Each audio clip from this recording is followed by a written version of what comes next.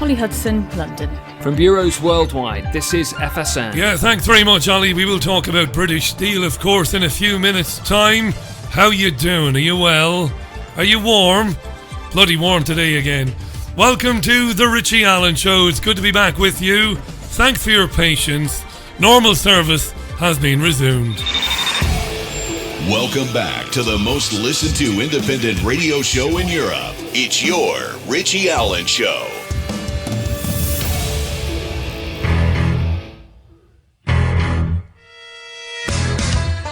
It's the Richie Allen Show. Broadcasting live on richieallen.co.uk and multiple platforms around the world. And now, here's your host, Richie Allen. Yeah, it's great to be back with you. You have no idea. It's great to be back. Hope you're well and you're in fine fettle. That's you and yours. Might have to make the occasional adjustment as we go along, as we're in a brand new studio. I'll tell you more about that a bit later on. And if not later on, I'll tell you a bit more about it tomorrow. Delighted to be back. This is your Richie Allen Show, broadcasting right now on Fab Radio 2 in Manchester and richieallen.co.uk. Tune in radio as well. And I think we're on trigger warning. I'm not sure if I gave enough of a heads up to the guys over there. Anyway, let's dispense with the theme song. I'm proper chuffed to be back. I didn't miss much, did I really?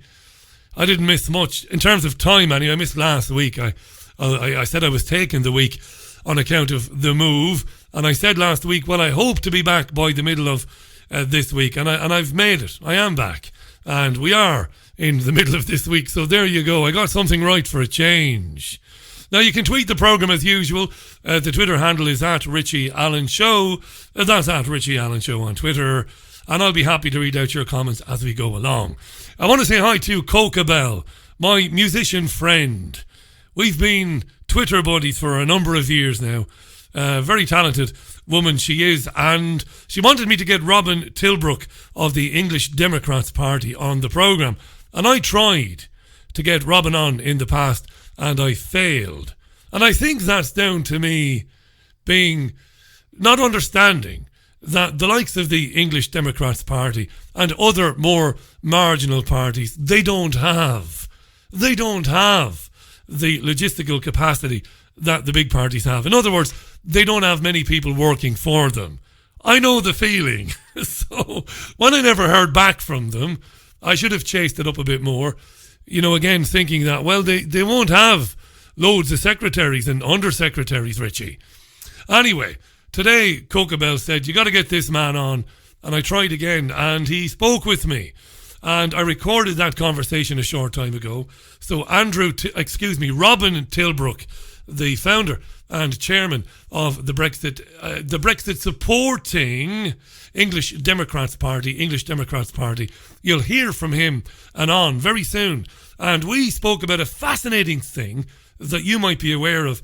He is behind a legal challenge to prove that we've already left the European Union and that we did so on March 29th. Regardless of any deal to extend Article 50 until October 31st. And Robin, why have I got Andrew on the brain? Robin Tilbrook, God forgive me. Robin Tilbrook, the top man in the English Democrats Party, which is a nationalist party. He believes that it doesn't matter what May has agreed with the European Union. We have already left legally. We're gone. And my pal Coca Bell has been banging on about this on Twitter for some time. And I finally got to speak with Robin Tilbrook, and you'll hear that conversation shortly. Loads of tweets coming in to welcome us back. Thanks. Armitage Shanks. Good to be back, it really is. Shall we have a chat then? Now, this programme was due to be an hour long, might be a bit longer. And tomorrow's will be about an hour as well. And then next week, next Tuesday, because Monday's the bank holiday. I don't care, I'm having the bank holiday. I love the bank holidays. So I'll be with you today, tomorrow. I'll be with you on Sunday for Sunday View. And next Tuesday, it reverts to type to a 2-hour current affairs radio show with usually 2 guests. Right. Good to be back. Did I say that? I might say it again. Right, so it is the 22nd of May, obviously, 2019. And that means it's been 2 years to the day since the Manchester Arena bombing, which killed 22 concert goers. They went to see Ariana Grande. And it's 23 if you count the bomber himself. Now, we were told that Salman Abedi was the bomber, right? We're not certain that we believe that. What we do know, what we believe is 22 people lost their lives that night at a concert. It's a terrible thing. It must have been a terrible thing. Anyway, you know this by now. So today, there were church services, or a church service in Manchester. There were people from all around the place coming into the city to lay flowers. There were interviews with people, including relatives of various victims. Typically, I won't get into it because you've heard me bleat on about it before. It's the pathos thing. It's the media doing its thing. And it's a tragedy to witness. However, there was an interesting interview on Sky with an understandably aggrieved father, a man called Andrew Roussos. Now, you might have seen Andrew Roussos on your television screens over the last couple of years. He's a pretty good speaker. His 8-year-old daughter, Safi, was killed 2 years ago. And I thought it was worth hearing what he said to Sky today, because it is fairly interesting, especially the last bit. So this is Andrew Roussos, whose 8-year-old daughter was killed last year, reflecting on things and talking about how he's doing. As a father, your duties are to naturally love and protect your children. That's what you're a parent for. And, you know, the job of the emergency services is to look after in case there's an emergency. And that was an emergency. And the frustrating bit is, I get all these people coming up to me saying to me, what can we learn from this? And that's a really wrong thing to say, because terrorism is nothing new. We've had the huge wake-up call of 9/11. Paris the year before was constantly getting attacked. Britain has. Without distressing yourself too much, just give us a flavour of what living day to day without that little girl torture is like. Absolute torture. I can't find words to explain it. You will never understand it. She, as I said, she was larger than life. She was absolutely amazing. She would have gone on to do something spectacular. She captured people within her palms at the age of 8. People stopped her in the street. She would have achieved so much in her life. She was pure, innocent young lady that got caught up in this. And it's not fair. What about Salman Abedi? This was one man, a bomber, goes in, kills your daughter, many other people, maims dozens more. Is he not responsible for this? Right, we're getting somewhere now. This is getting interesting. Not for a minute am I insensitive to the man saying it's torture to live without his daughter. I'm not insensitive to that at all, but that's a given, isn't it? Isn't it a given? Right, so Salman Abedi then, the man, we were told, and have been told constantly, responsible for the deaths of 22 people, including Andrew's daughter. This is getting interesting. Responsible for this? Well, obviously we were told he's responsible. Anyway. I get this question asked quite a lot. How do you feel towards... He murdered my daughter. What do you want me to say? He's a murderer, he's a criminal, as many others. You know, it's if you've lost a loved one through, you know, a terrorist or somebody shooting each other, you know, it's all, he's a murderer. So, I can't, you know, what more do you want me to say? Yeah, so he's a murderer, he's a terrorist. So he stopped short of saying, yes, I blame Salman Abedi for the attack.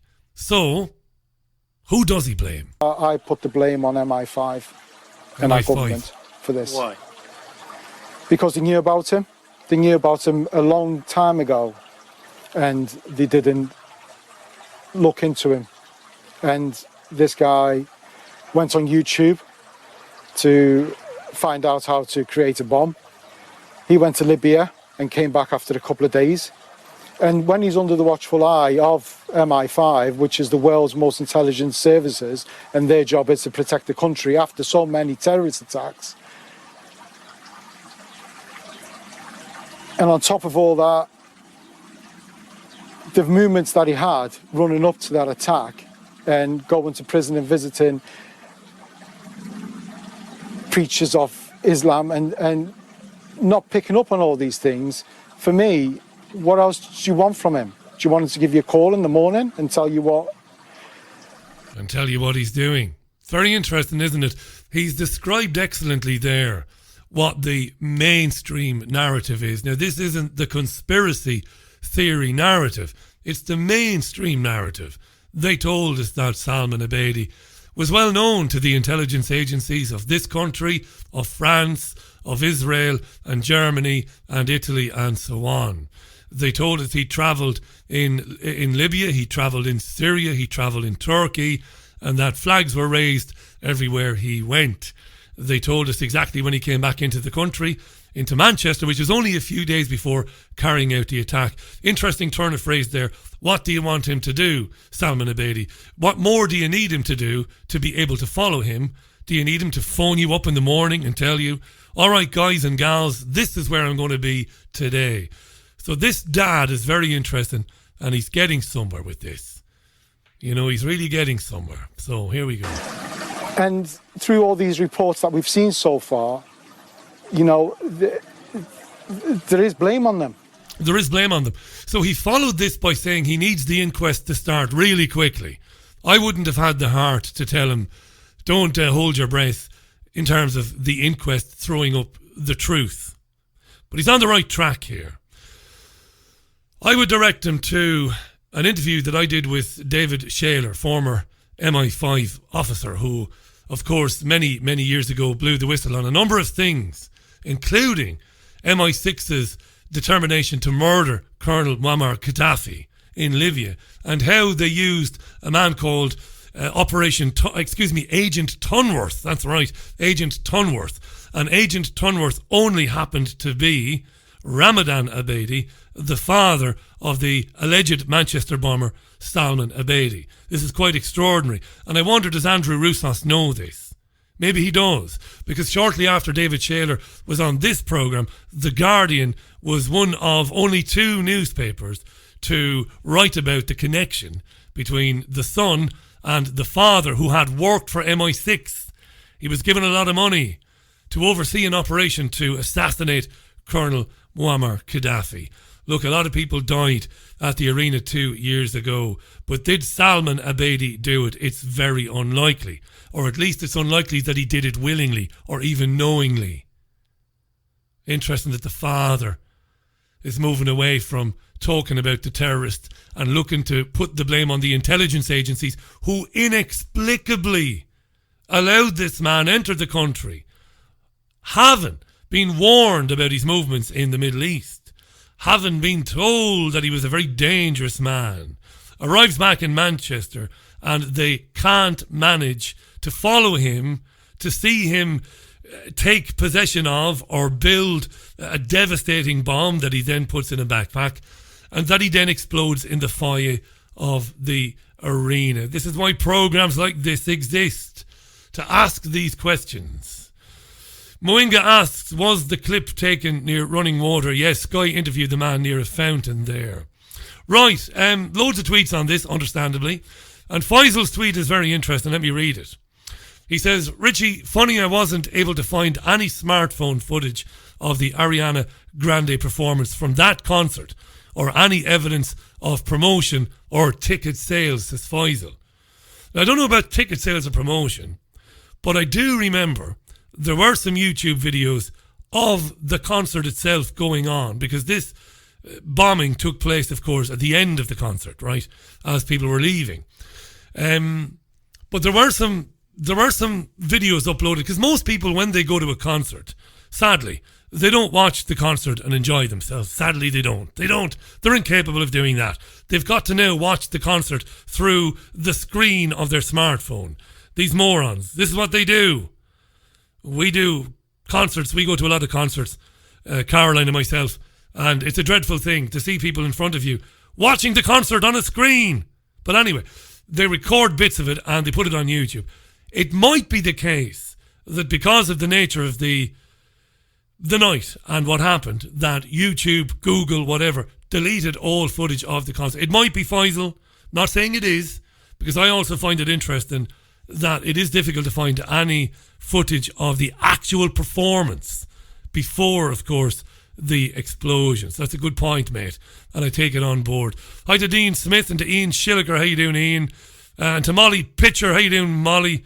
And to Money Seeker Records as well. We're going to move on. Hi to Paul Alawi. Paul says, Richie, what could possibly be gleaned from questioning that poor bloke? Anyone with a heart can imagine what it must be like to lose a child, even if they don't have one themselves. It's gutter journalism, says Paul. I'll bet the interviewer had no idea the dad would blame MI5. It's a good point, Paul. MI5, of course, is responsible for domestic security. Right, MI6 deals with threats coming from outside the country. If I've gotten that wrong, I probably have, but there you are. Mwinga asks, I wonder if the dad heard the David Shaler interview. I don't know, but I might try and track down Andrew Roussos and respectfully and gently nudge him in the direction of that interview. Hi to Andy Newman as well. So it's the 22nd of May, 2 years since the bombing, and nobody is any the wiser, at least the families of those who died, as to how it happened and who ultimately was really behind it. Now here's a very serious story, and if you're in the UK today, or Ireland, because Ireland gets Sky News of course as well, you'll be aware that British Steel has been placed in compulsory liquidation. A dreadful thing. A dreadful thing. Now I'm a working class boy. I come from Ballybeg in Waterford City, and I know what it's like when factories close and when factories get into severe difficulties. It happened to my family and my friends' families. It's a terrible thing. Thousands of jobs are at risk. 5,000 directly at British Steel, the second biggest manufacturer of steel here. And down the line, 20,000 people face losing their jobs. Not funny, this. Right, so the BBC reports this follows a breakdown in rescue talks between the government and Grey Bull. Grey Bull owns the company. Because, of course, British Steel is not owned by the people or isn't nationalised. Of course it isn't. Anyway, the government's official receiver has taken control of the company as part of this liquidation process. And they're going to look for a new buyer for British Steel.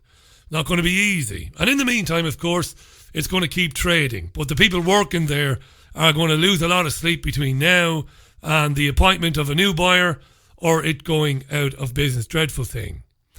British Steel Limited was wound up in the High Court, and the immediate priority was to continue safe operation of the site. That's a direct quote from the official receiver. Now, if they fail to find a buyer, well, that's it. It's kaput.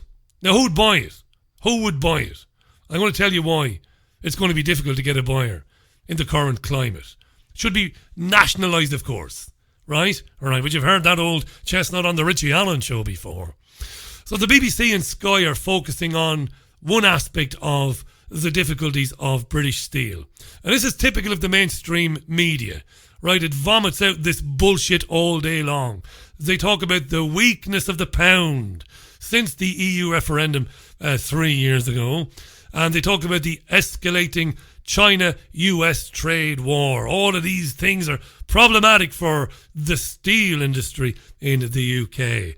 They're proper bastards, Sky and the BBC, because steel has been in trouble for years and years and years in this country on a sliding, going down. It's been in quicksand for years. Why? Why? You know the answer I'm going to give. It's because of the UK's membership of the European Union. It really is. Shall I read you from some learned men and women in the media? In the media. Must make a song for charity. In the media. To the tune of In the Navy by the Village People. In the media. Here's Alan Tovey writing in the Telegraph. Listen to this. The first life-threatening issue for British Steel was the EU carbon emission permits scheme to tackle climate change. Are you listening now? The first life-threatening issue for British Steel was the EU carbon emissions permit scheme to tackle climate change. Under normal conditions, Brussels awards a certain amount of permits for free to heavily polluting industries, such as steelmakers, every year. So every year, the EU has a carbon emissions permit scheme, and that's a constant. And every year, it gives a certain amount of permits for free to industries that pollute, like steelmakers. However, polluting companies have to pay for each ton of emissions with a permit. If they reduce their emissions and have more permits than they need, they can auction them. Right? You get it? A little bit complicated. It makes sense if you think about it. So the European Union gives a certain amount of permits for free to industries like steel every year. Heavy polluting companies must pay for each ton of emissions with a permit. If they reduce their emissions and have more permits than they need, they can auction them. But that's never the case. So British Steel sold off some of their permits to create working capital, but then found itself squeezed as the European Union halted permit issuance to UK companies until a Brexit deal is finalised. So they were screwed. So I'll read that again. British Steel sold off some permits to create working capital, but then found itself squeezed as the European Union halted permit issuance to UK companies until they do a Brexit deal. Right.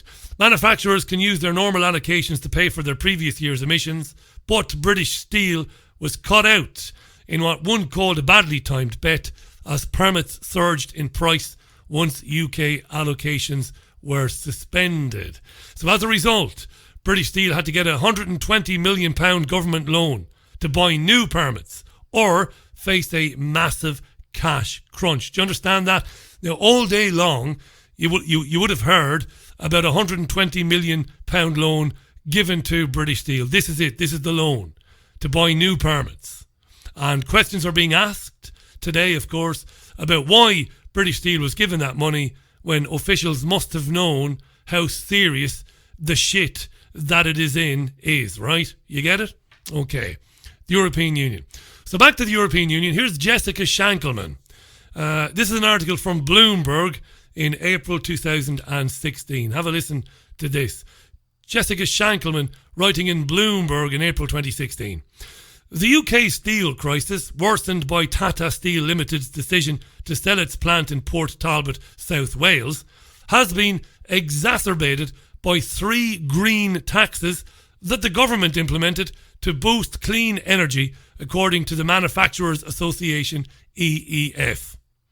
The 3 levies, are the carbon price floor, renewables obligation, and feed-in tariff policies.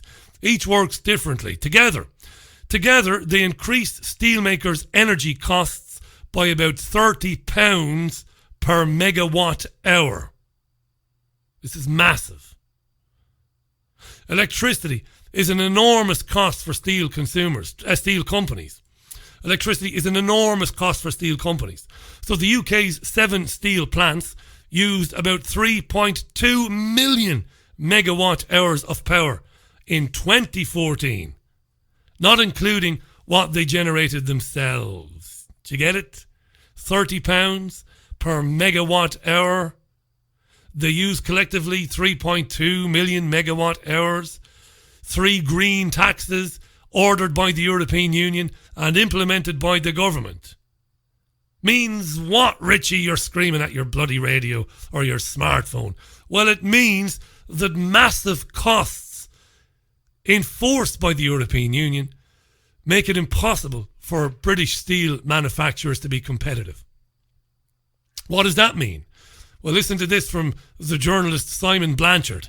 Now, Simon Blanchard wrote this in February of this year, so 3 months ago. He wrote, "The British Army's new Ajax fighting vehicle is built in Spain using Swedish steel. How wonderful! At the request of the EU Commission to support jobs in Spain rather than in Wales. A decision mostly made because the UK government has to follow EU Defence Procurement Directive." Which directive? Directive 2009/81/EC. meaning contracts for defence have to be tendered across the EU internal market. And this was announced just before the Brexit vote in May 2016. This was announced just before the vote in 2016, but it wasn't mentioned on any television or radio news channel, because this is the shit they don't want you to know. The British steel industry employs tens and tens and tens of thousands of people, with hundreds of thousands more employed further down the manufacturing process. And European Union green laws and carbon taxes and competition laws mean that a new fighting vehicle for the British Army is made in Spain using Swedish steel because of an EU Defence Procurement Directive 2009/81/EC.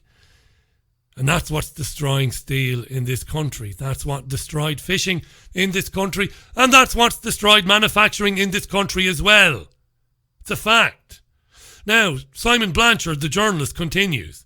With this in mind, 3 Royal Fleet auxiliary support vessels are up for tender abroad too.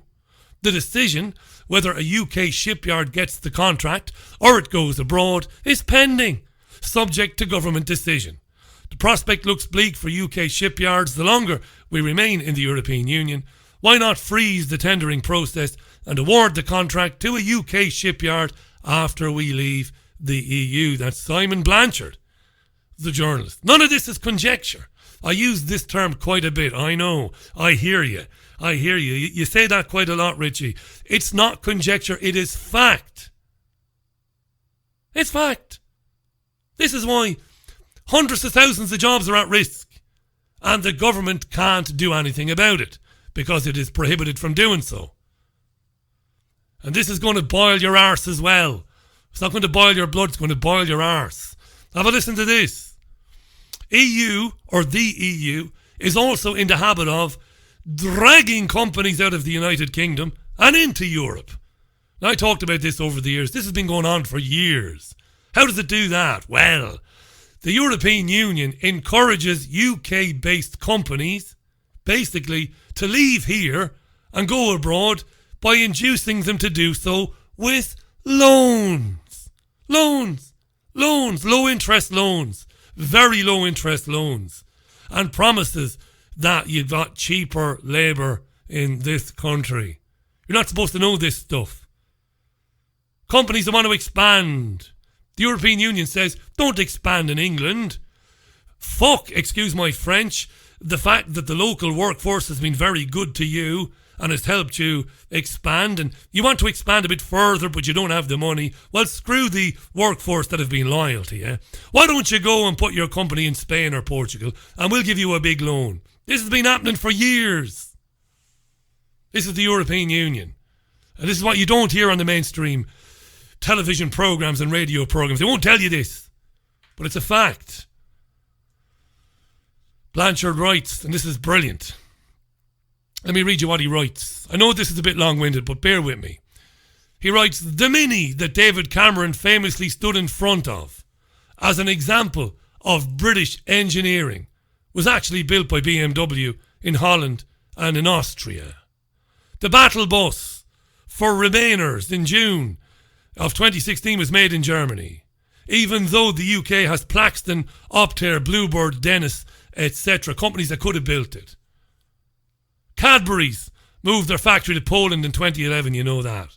Ford Southampton moved their transit van plant to Turkey in 2013 because they were given an £80 million loan from the European Union, backed by George Osborne, when Osborne was not only the Chancellor of the Exchequer, but the Governor of the European Investment Bank. Did you know that? You didn't know that, did you? And I know this is heavy now. This is heavy stuff, but you have to know this stuff, because nobody is telling you this stuff except me. And these journalists who are blocked at every turn when their articles were not picked up and were not syndicated and were not republished in other magazines. This is a fact. Jaguar, owned by Tata Steel, you know that. Up to their necks in it. And Back in October of last year, Jaguar Land Rover agreed to build a new plant in Slovakia. Why? Because they were given €125 million from the Slovakian government at the behest of the European Union Commission. And all of that can be proved. It's not conjecture. It's all out there. It's all out there in the cybersphere. If you put this stuff in, you'll get articles from Slovakia. You'll get articles from Brussels. You'll get an article from the Telegraph telling you Jaguar Land Rover going to build a plant in Slovakia. 125 million loan from the Slovakian government and the European Union Commission. Mental. So briefly back to the steel then. British Steel. Business Secretary Greg Clark, speaking in Parliament today, told his opposite number, Shadow Business Secretary Rebecca Long-Bailey, "I'd love to help, but I can't." Listen to him explain it. I have been exhaustive in pursuing over many weeks now possibilities with British Steel. She, if she's in government, will find that you're obliged to follow the ministerial code. You're not allowed to make a decision that would be illegal. Immensely frustrating though it is, I would much preferred to have given the opportunity of this loan rather than go the route that it has. But that is the requirement, and there is no possibility of setting that aside. Unbelievable. That's, that is unbelievable. That's the business secretary of the UK government saying, "I can't do anything about British Steel. We're not allowed. The rules say that we can't bail them out." And that's what it is. And you know, there will be people listening to this saying, Richie, you're very selective in the information you pick because you obviously don't support membership of the European Union and you have always been anti-Brussels." Of course I have. But I've had people on this programme in the past who've been in favour of membership of the European Union as well. What I'm telling you is absolutely true. This is why British Steel, in terms of the company British Steel Limited, but also the other steel companies, are finished. And why nobody would want to buy British Steel now. Why would you want to? You can't compete. You can't get contracts in your own country. What's wrong with that? And I'm not some screaming bloody nationalist. You know that. An old socialist. A real one. Not a social democrat or a lefty. I'm a socialist, which tends to nationalism in these issues. The European Union has destroyed these industries deliberately through the imposition of these carbon taxes and these green taxes to make these industries in this country completely uncompetitive. They can't do anything. And then the European Union says, oh, by the way, the government cannot award a project to a British company. I know for some of you this is not new. But for most people, they don't have a Scooby-Doo because they don't hear this on the BBC. They don't know. I wonder, do the employees of these companies know this? They must do. Christ! You know, it is a brutal, vicious, fascist dictatorship, the European Union. That is what it is. Designed to destroy individuality, nationalism, national sovereignty right across Europe and beyond. Because it doesn't end with the countries of Europe, where there is absolutely no power in the hands of the people in any of these countries. Power is concentrated all the time into fewer and fewer and fewer groups of people, so they can get away with doing stuff like this. George Osborne, huh? People don't know this stuff. George Osborne oversaw Ford Southampton going to Turkey. He gave the loan. Where did you hear this on the news back in 2013? You didn't hear it. We talked about it in London at TPV television. We said, but who was watching us, you know? This criminal bastard. Not to mention, I could go into other incidences of corruption when Osborne was the Chancellor. Let's move on. Theresa May is in trouble. Her I mean, I don't know. By the time I go off air, it could be the end of Theresa May tonight. It could be tomorrow. But her time as Prime Minister is coming to an end. This is, of course, because of her attempt to get her withdrawal agreement through the House of Commons again for the fourth time. She published her new brief, her new agreement on Friday last. But there's been a massive backlash against her and it from MPs on both sides of the House of Commons. She's been bribing those who want to stay in the European Union by saying, support my bill, and you can then have a vote on whether or not to hold a second referendum. So May's been saying, support my withdrawal agreement, which is not leaving the European Union. I don't think you need me to tell you about that. Theresa May's agreement with Brussels and the amended agreement is not actually leaving the European Union. It is leaving in name only, or Brexit in name only. In fact, it's a worse situation for the country than actually staying in. It's that bad. So she addressed Parliament today. Jeremy Corbyn had his say too. I'm not going to subject you to any of the audio clips. She has pledged to set a timetable for a new leader to take over after MPs vote on her compromise Brexit plan.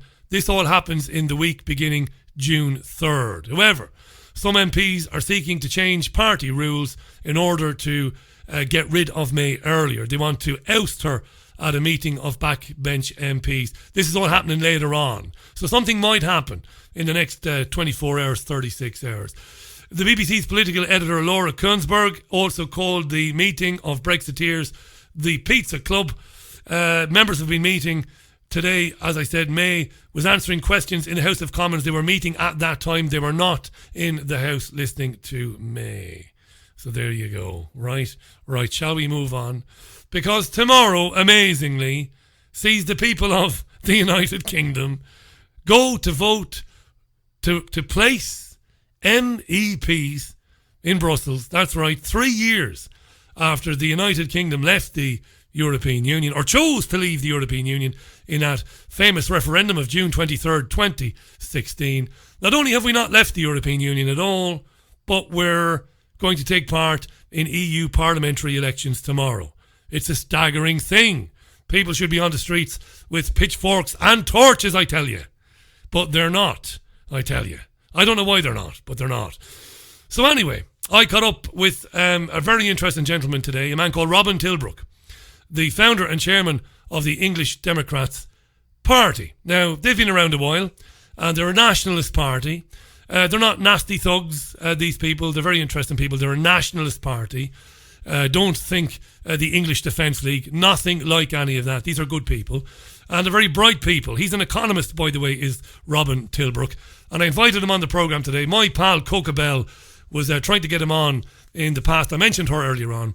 So Robin came on, and I wanted to invite him on because my pal, the aforementioned Coca Bell, is very interested in the coverage, or the lack of coverage thereof, of Robin Tilbrook and his legal challenge to the government. And this is a real challenge, by the way. This is going through the court as we speak.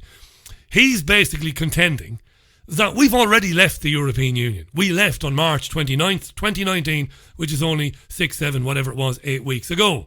And that Theresa May's decision to meet with the European Union and to come together to decide that we will delay leaving until October 31st is moot. It doesn't matter, because without an act of Parliament, it's worthless, according to Robin Tilbrook. He says we've already left, and he's challenging this through the courts, kind of a la Gina Miller, although he's a million miles away, of course, from Gina Miller.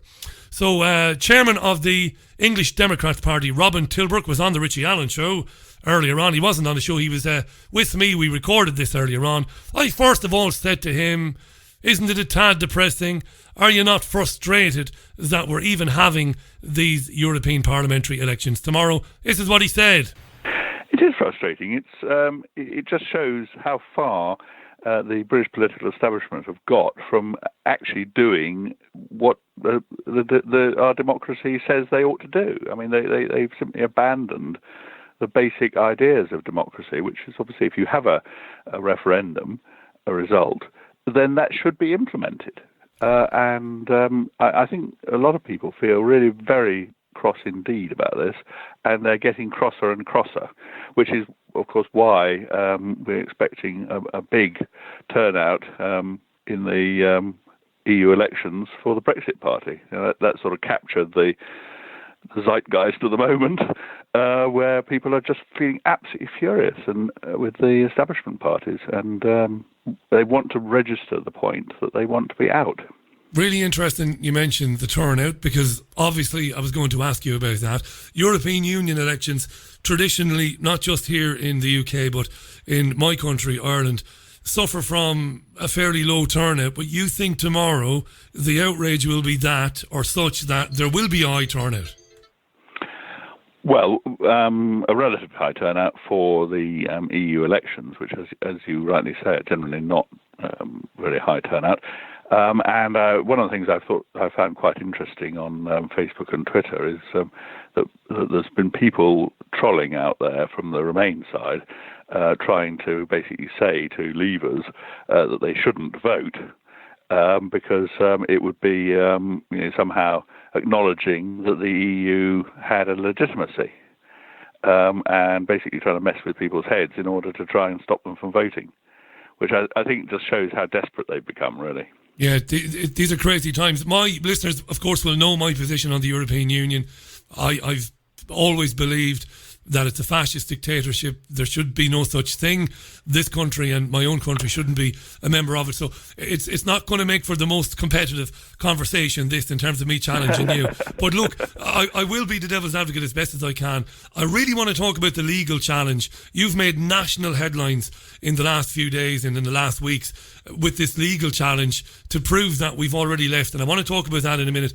Before that, though, to be fair to those who demand a second referendum, and there are a lot of people, at least I've heard from a lot of people who did vote leave, who say that they would like another go because they feel that Brexiteers told a hatful of lies in the campaign before June 2016. Now, is it fair to say that on both sides, and I'm not talking about you, Robin, specifically, but I'm talking about the likes of Johnson and Farage and others, and of course the Remainers, Vince Cable and the others, did everybody tell a pack of lies? And if everybody told a pack of lies, surely it's fair enough to have another referendum, and this time clearly put on the ballot paper, leave with no deal. What do you think?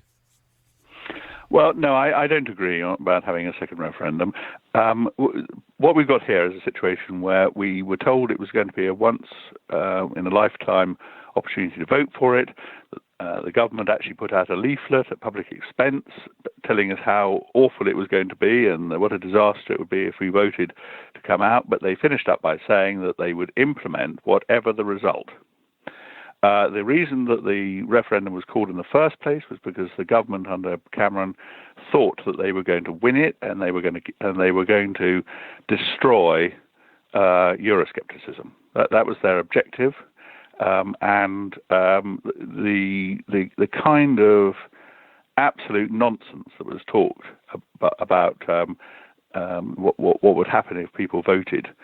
For leave, we were told that there would immediately be a financial meltdown, that the economy would collapse. There would have to be almost a sort of punishment-beating type of budget immediately afterwards, and of course none of that happened. It was all a pack of lies, and it was just one of those things where people thought to themselves that they didn't really believe what politicians had to say. And we were right. We were right not to believe them, and of course we've been shown again to be right not to believe them, because despite having promised on both sides of the House of Commons to honour the result, both parties have been complicit in trying to sabotage it. Well, before we talk about the legal challenge, and then I want to talk about British Steel, let me remind our listeners, Robin Tilbrook is live on the but he's not live. We recorded this earlier on. It's really important you hear this. He's the chairman of the English Democrats Party, who have candidates, of course, in the EU parliamentary election tomorrow. Why has it happened, Robin? Why has the political class ignored the will of the people? What's the reason behind it? I don't think too many media outlets have tried to get behind the reasoning. Why have they ignored the people? Well, the interesting thing that's sort of come out of the Brexit result is that we've seen that the political establishment in Westminster, that what they talk about, they don't talk about democracy, they talk about liberal democracy. And it turns out that liberal democracy means that the majority never get their way. And the whole point of the liberal bit is to prevent them from getting their way. And you have all sorts of structures that make it difficult for the majority to ever get their way, which is, of course, why the liberal democratically minded constitutionists didn't really like the idea of a referendum. But they were sort of persuaded into it by the thought that this was going to destroy Eurosceptics, who they don't like. And contrasted against that is that there are people who are popular Democrats, populist Democrats, I think some of the papers are calling them. That's the idea where you actually do what the majority of the people want done, of course they are the sharpest distinction in terms of arguments that have been going on between those two groups. And one of the things that's been really interesting to me is the numbers of the so-called liberal Democrat people, like Matthew Paris, for example, who wrote in The Spectator, more or less gloating about the fact that when he was a Conservative MP, he deliberately set out to deceive the electorate and to lie to them about what he actually stood for. And he gives an example of the death penalty. He stood on the ticket that he supported the death penalty, but he never did actually support it. And what he said was that whenever the topic came up, he always voted for it in principle, but then voted against every detail to make it impossible to get it through. Yeah.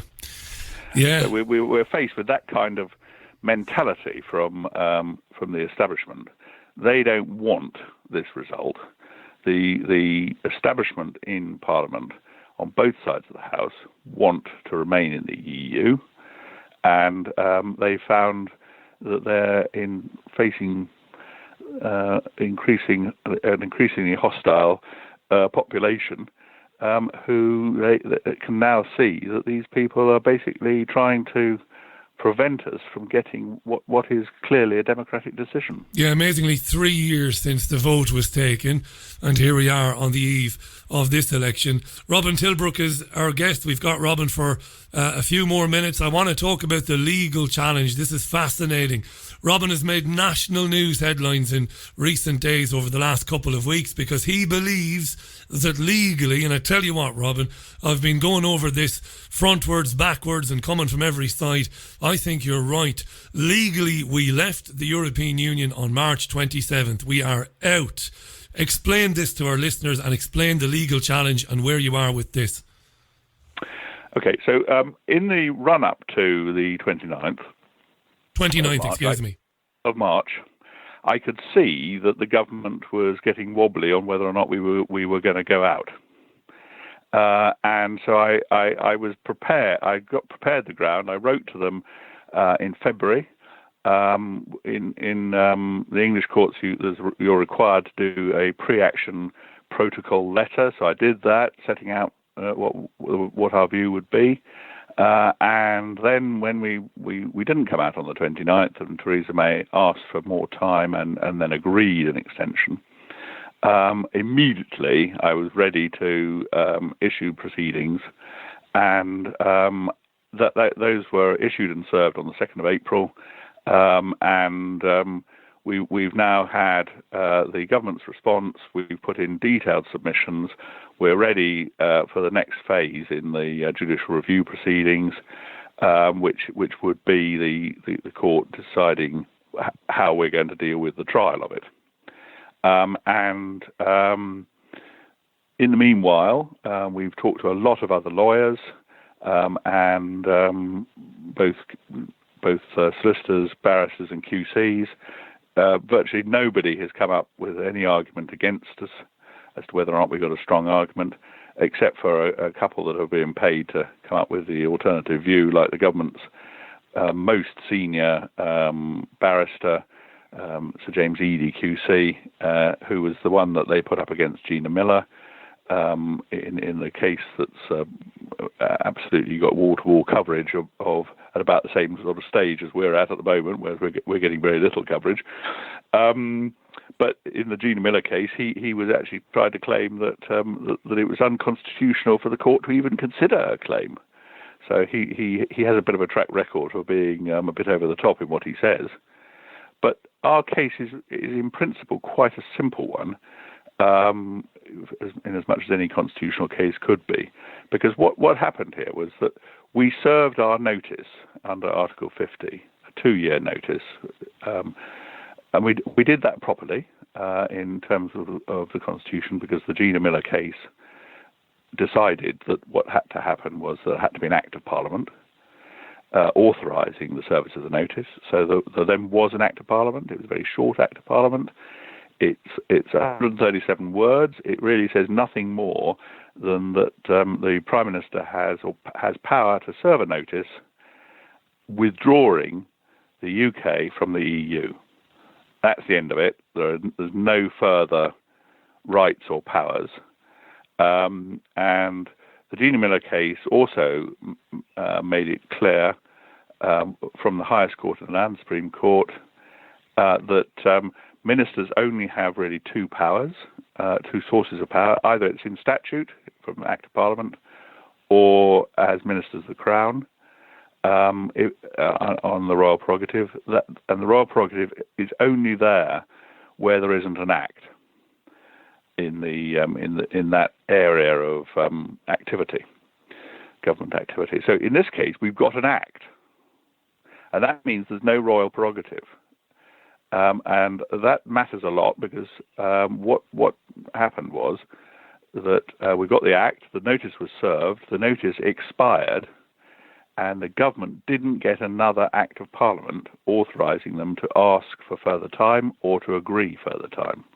That's right, they didn't. That's really interesting, that, because I know it's probably been thrown at you, and it will be thrown at me, that Lord Kerr, who drafted the legalese or the text of Article 50, has been saying, of course, in recent months and even last year, that the process is reversible, and it's also possible to suspend it. Whether or not it's been put to him, whether an Act of Parliament is needed or not, I'm not sure. I haven't seen any such question put to him. But I think you're absolutely right. You're right to mention too the coverage of Gina Miller and her campaign, as opposed to the coverage you're getting. I mean, you have been in the Express and one or two other papers, but I've not seen you. I've not heard you on BBC regional radio stations. I've not seen you on the BBC. It is fair to say that you've not had that coverage. How optimistic are you that you can proceed with it, Robin? We've raised enough money to be certain of being able to proceed with it. Brilliant. We haven't got quite enough to be sure that we're going to have a top flight team, but we've got enough to be able to do what we need to do. But so it's a question of just how many sort of bells and whistles we can put on it, rather than whether or not we can actually do the basic job. We can do the basic job. We've got enough money to do that. But just as a for instance, I haven't currently got enough money to instruct a QC to do the actual hearing, but I have got enough money to instruct the barrister we've got at the moment to do it. So I'm pretty confident of being able to bring this case to court. As I say, all the opinions that we've had about it, except for Sir James Eadie, of course, were paid by the government, have been positive. And in fact, we had a retired Lord Justice of Appeal, a retired Court of Appeal judge, Sir Richard Akins, who said that he felt that the case was strongly arguable, and that it was arguable that we were out. You're on solid legal ground there, I think. I think we're on solid legal ground. Well, we're obviously going to watch that along with everybody else. I know you were on RT, and kudos to RT for giving you a hearing, and the Express. Yeah. It's very important. It's really important that I want to. You might like to know that we've had confirmation from Laura Koonsberg that we have actually been blocked by the BBC. No way. Yeah. On what grounds? Blocked on what grounds? I'm afraid it was a reported conversation, so I didn't get the opportunity to ask her that. But I think basically they don't. Their analysis, I would guess, is that that this is a case that genuinely could get us out of the EU. So And obviously it winds up getting us out on World Trade Organization terms, because there will not be the agreement won't have gone through. Theresa May's agreement won't have gone through. So we are straight away out, and of course that is exactly the result that the BBC most dislikes. yeah, the BBC is unashamedly pro-European Union, and I do try and be fair with the BBC. Since the referendum, they've been completely shameless in the way that they've behaved about that. Anytime there's been any, obvious. I know you're an expert in economics. I know that from researching you, Robin. And anytime there's been any good news, they've used terminology like "despite Brexit." It's been dreadfully apparent in their language. I want to. This is really important, this court case, and we're going to keep an eye on this, as everybody else should do. Shameful news about the BBC blocking you and your party. But let me ask you this: I would use today's bad news, which has been building for some time, about British Steel, which I've been talking about in the monologue earlier on.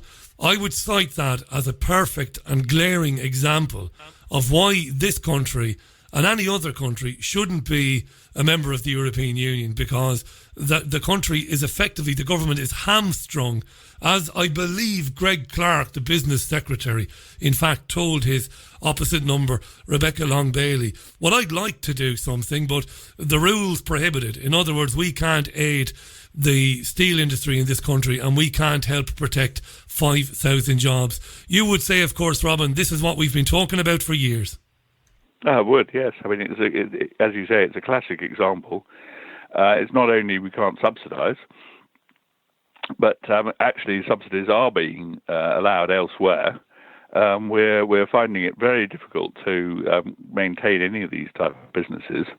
There's been a sort of spate of mergers, and it's clearly workers in the UK who are easiest to sack by comparison to most of the continental systems, where there's quite strong controls on who can be sacked and how, and also it's quite expensive to do it. So when there's going to be a round of redundancies, it's more than likely it's going to be here. And the EU simply doesn't look after our interests. It's one of those things where you wind up with the worst of all possible worlds as far as looking after our industry is concerned. Is it, just before we leave today, and thanks for coming on, by the way, Robin can be found at EnglishDemocrats.party. That's EnglishDemocrats.party. The founder of the party and the chairman, Robin Tilbrook, is speaking with me now about that fascinating and very important legal challenge that he's behind to prove that we've already left the European Union. This is, of course, ahead of tomorrow's election here in the country, which is shocking and shameful and sad and depressing, but there you are. On the legal challenge, just quickly, before I should have asked you this a second ago, it was on my mind. Have you contacted fellow Brexiteers and asked them to at least talk about the legal challenge? I'm thinking, of course, about Farage and Jacob Rees-Mogg. They should be talking about this legal challenge, have they? Yes, well, I certainly have contacted both of those, and they were copied in. Nigel Farage obviously wasn't particularly keen on the idea, and I'm afraid that's because he actually wanted to have this election. And our court case was a threat to whether or not the election was going to go ahead. Having said that, I think having the election may prove to be useful, because actually what's going to happen is that the British establishment parties are going to get an absolutely bloody nose. Shellacking tomorrow, possibly. Yeah, there's no doubt about that. Well, look, That's a good thing. Yeah, it's a good thing. I'll possibly be speaking to a member of the Brexit party, if not today, tomorrow. So I'll give them a chance to retort in terms of, your claim that they wanted, or at least Farage wanted the election. Let me finish on the steel issue, because Clark saying, my hands are tied, I'd like to do this or that, but I can't, is obviously, again, very revealing for people who don't understand the European Union. You do, I do. But isn't it true that other countries seem to be able to flout or flaunt these rules? In Germany, the government is pretty good, I understand, at looking after the interests of its steel industry. So it seems that some countries tend to be forced to follow the rules and others get away with it. I'm thinking of the implementation of these carbon taxes that came in, of course, during the last Labour government. It seems that countries like Germany can play fast and loose with these rules, whereas we have to abide by them. Is that fair to say? It certainly is, isn't it? It's quite striking how the rules tend to be flexible when many other countries want to do whatever they want to do. But our system seems to be quite incapable of adopting a similar approach. And people have often talked about the idea that the British civil service gold plates these rules. Whenever they're given a new rule, rather than looking to do what's most reasonable and effective for business, they're looking instead to build up a sort of little bureaucratic empire of trying to control all of us and keep us all doing whatever it is that the rule says we ought to be doing. Massive stitch up. Whether it's good for us or not. It's a massive stitch up. If you and I had more time, we could spend a lot of time talking about why the Prime Minister appointed Ollie Robbins after the last election. Speaking of the civil... It was fascinating to see, wasn't it, in that programme about Brexit, that he seems to have applied for a Belgian passport. Yeah, that's right. That's a good way to leave it. Thanks for your time today. Good luck to you and to your colleagues tomorrow, Robin. I'm sure you'll come back on again and speak to us in the near future about the implications of tomorrow's result and also your legal challenge. I've enjoyed having you on. It's EnglishDemocrats.party to find out more about Robin's party. And you've done well. I'm speaking to you from Manchester. The party has done well here in the mayoral election up here. I know that. I know you've got a solid support in this neck of the woods. So all the best to you and your colleagues tomorrow. Thanks for coming on.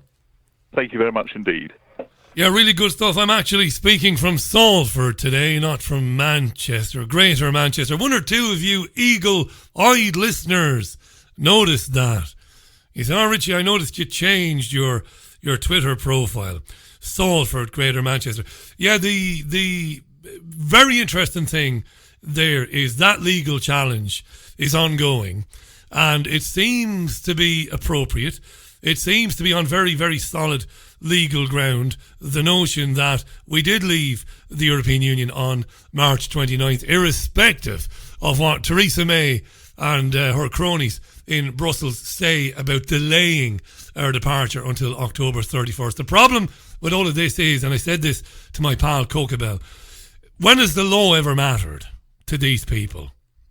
That's the gist of it. When has the law ever mattered to these people? Right, before I go any further, plenty of tweets coming in. Hi to Natalie Stacey. Hi to Gail as well. Hi to Chris PG.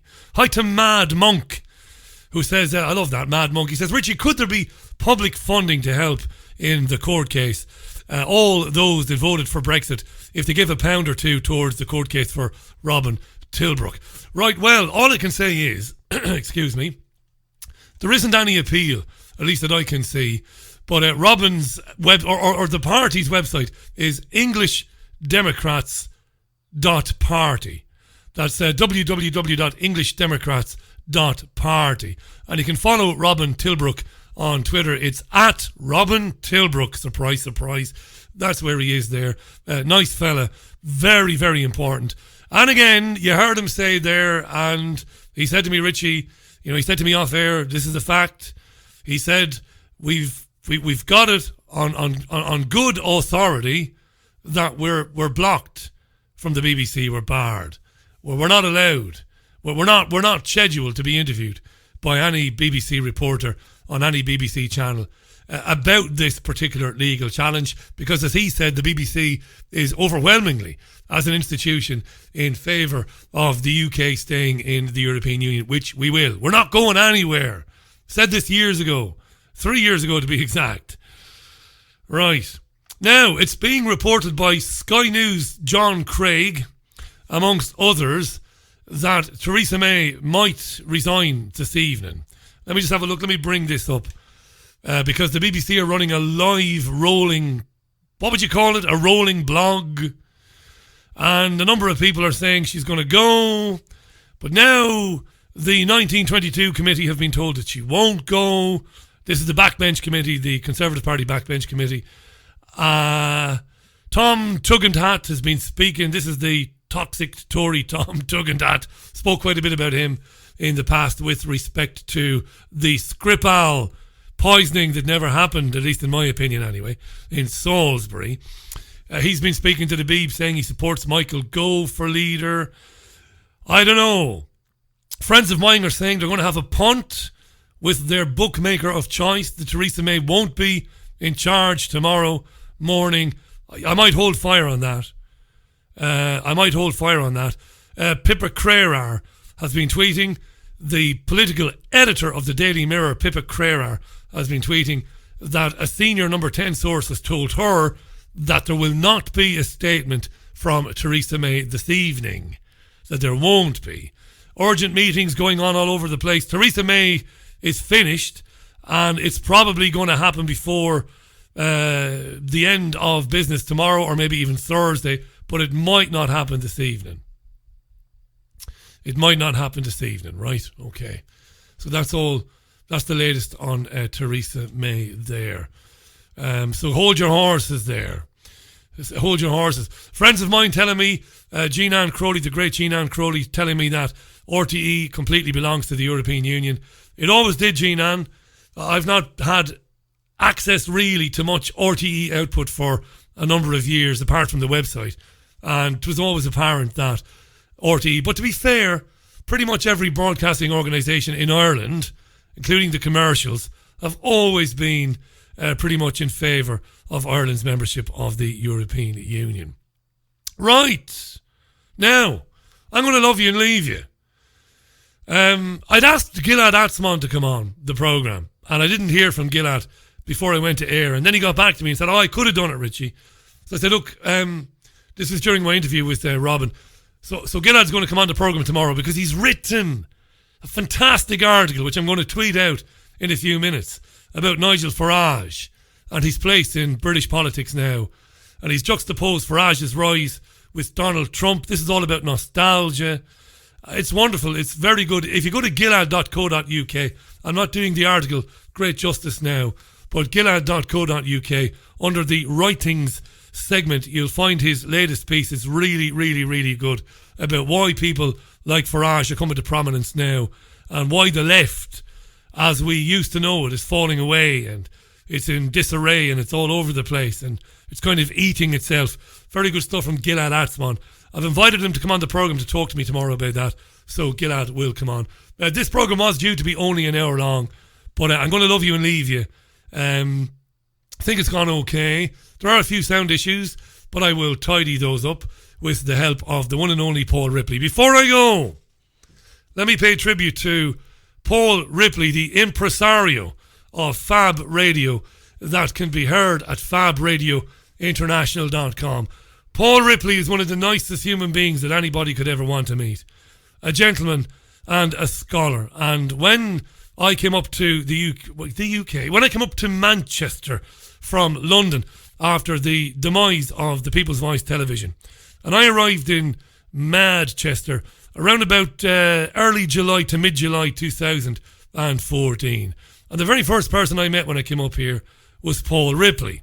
The second person I met was Hayden Hewitt, but I'd met Hayden already at TPV. And Paul Ripley said to me, Richie, I understand that you're going to do a live radio show daily from a purpose-built studio. And I said, I am. And Paul Ripley said, I'll build you that studio, my friend. And I'll do it for the love of radio and for the love of independent radio, I don't want a sausage, nor do I want a bean from you, he said. And a friendship was born that I think will last forevermore. Wonderful man, Paul Ripley. Known in music circles in Manchester. Fantastic sound man and engineer. And he's kept FabRadioInternational.com going for a number of years now. And it's going from strength to strength because of his interest in it and because of his knowledge. He came out to Salford with me earlier this week and has built this wonderful studio, which is a tribute to him and a tribute to you, the listener, for supporting the programme, because it's through your support that we can do it. I think Roger put a picture on Facebook on the Richie Allen Show. It's fantastic. It is industry standard, with industry standard equipment, and that is why it sounds so absolutely beautiful when it's on air and live. Paul Ripley takes all the credit for it. One of the greatest guys I've ever had the privilege to meet. So thank you, Paul. Next week, the programme goes back to 2 hours every Monday to Thursday, with Sunday View on Sunday, with guests, of course. But as kind of finding my feet with the studio this particular week, it's a little bit shorter this week. You don't mind that. I'm going to love you and leave you. Look, if you go and vote in the European Union elections tomorrow, that's your business. I wouldn't think any less of you for it. I'm obviously not going to. Of course not. No, of course I'm not, for reasons given a million times on this particular show. So that's it, right? So Gillard will join me tomorrow. I might have another guest as well. That'll be Thursday's programme. This has been Wednesday's programme. I've been Richie Allen. It's been fantastic speaking with you. And it's great to be back. And it's lovely to be in a new place, in a new house, in a new neighbourhood, with lovely neighbours, must I say. I must say that as well. Wonderful people we've been getting to know. And I'm very close to my friend Tez. Let me give Tez a big shout out because he helped with the move. He put his muscle, he put his elbows, he put his weight behind the move and helped me with a van and delivering stuff as well. Great guy, Tez, my friend Tez Howell, who's only around the corner from me now and will be very important to the programme going forward with monetising it. I'll tell you more about that anon as well. So thanks to Tez as well. And to Paul Ripley.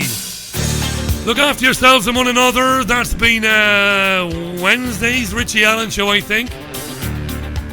It's great to be back. I love you for listening to this programme and for supporting it. Go to richieallen.co.uk to lend your support. See you tomorrow. This is Slow Hand.